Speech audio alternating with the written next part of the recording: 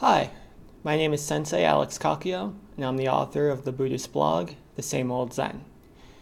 If you enjoyed today's talk and you'd like to follow my blog or follow me on Twitter, you can do so at the links that will be placed in the description below. You can also subscribe or leave comments if you have questions. I love to hear from you. Now, the title of today's talk is Desire versus Attachment. And it's the result of some questions I received based on a post I did earlier about the Four Noble Truths. And the question essentially was, what's the difference between desire and attachment? And what's the actual root cause of suffering? Is it desire or is it attachment? Now, before we get into that, we should start with some definitions. First, we'll talk about suffering. Now, the original root word in the Pali for suffering is dukkha, which can most readily be translated as hard to carry or difficult to bear. So when the First Noble Truth says life is suffering, what it's really saying is life is difficult to bear. And desire in the original Pali is tanha, T-A-N-H-A, which most readily translates to thirst. So, from the Buddhist perspective, life is difficult to bear, and we are all born with an unquenchable thirst. So what does this have to do with desire being the root of suffering? Well, the Buddha taught that there were three poisons that caused all of the suffering in the world, and they were greed, anger, and ignorance.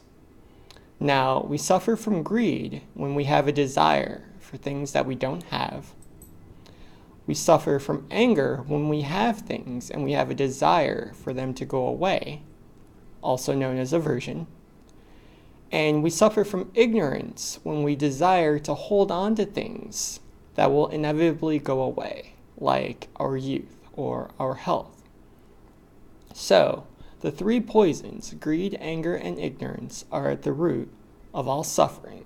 They make life difficult to bear. And the three poisons exist as a result of tanha, or this unquenchable thirst that we have for things to either go away, come to us, or stay exactly as they are. So, from the Buddhist perspective, it is desire which is the root of all suffering. However, there's more to it than that, because if we think of thirst in the physical sense, what do we think of? Well, it exists on a spectrum. So if you haven't had a drink of water in a couple of hours, that's one level of suffering. There's some discomfort there. If you haven't had a drink of water in 2.5 days, well, now there's some really intense discomfort, to the point where you may have dry mouth, or headaches from dehydration. Maybe your organs are even shutting down.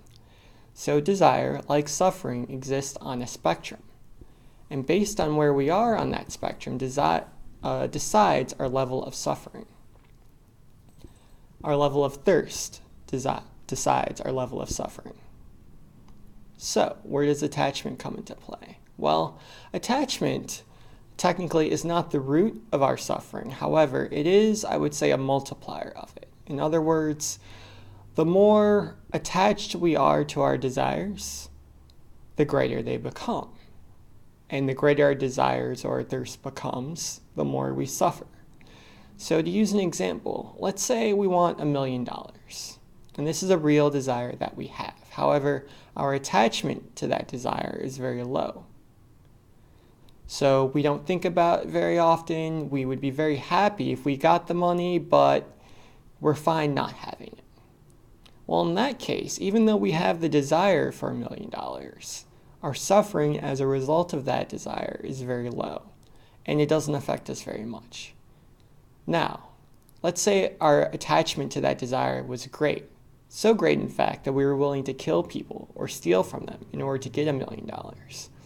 Well, now our attachment is very high, which means our desire is very high, which means our suffering, both our suffering for ourselves and the suffering we cause other people, is also going to be very high. So, again, attachment isn't the root of our suffering, desire is, but attachment increases our desire, increases our thirst, and thus increases our suffering. Which is why Buddhism teaches non-attachment, which isn't detachment. It doesn't mean we don't care. It means we practice acceptance that we may or may not get what we desire. So in the case of $1 million, maybe we start a business, maybe we sell a product, and we practice right livelihood as explained in the Eightfold Path, and we work really hard to earn this money. But we do it from a place of non-attachment. We do it from a place of understanding that if we get the money, fantastic. If we don't, that's fantastic too. Because our root value, our Buddha nature, does not change based on whether or not our desires are met. As we continue to practice non-attachment and create good karma, something really fantastic happens, where even our desire goes away, because we no longer have to work to get the things we need. One example would be a monastic who's lived a very virtuous life. So virtuous, in fact, that the lay community around him wants to take care of him, and they give donations, and they provide shelter and medicine and food and clothing, to the point where his desire disappears. He's 100% accepting of life and 100% faithful that his needs will be met as a result of his virtuous actions. Now, for lay people, it's a little bit different, but not really. If we're virtuous in our actions, if we practice acceptance, if we work hard at our jobs, if we're kind to our family and friends, and we plant the seeds of good karma, if we practice hard, then like the monastic, again, we will be eventually at a point where we're 100% confident that our needs will be met because we've created the causes for our needs to be met. And desire is no longer necessary. The thirst is no longer there. And if something happens where our needs aren't met, we're okay with that too.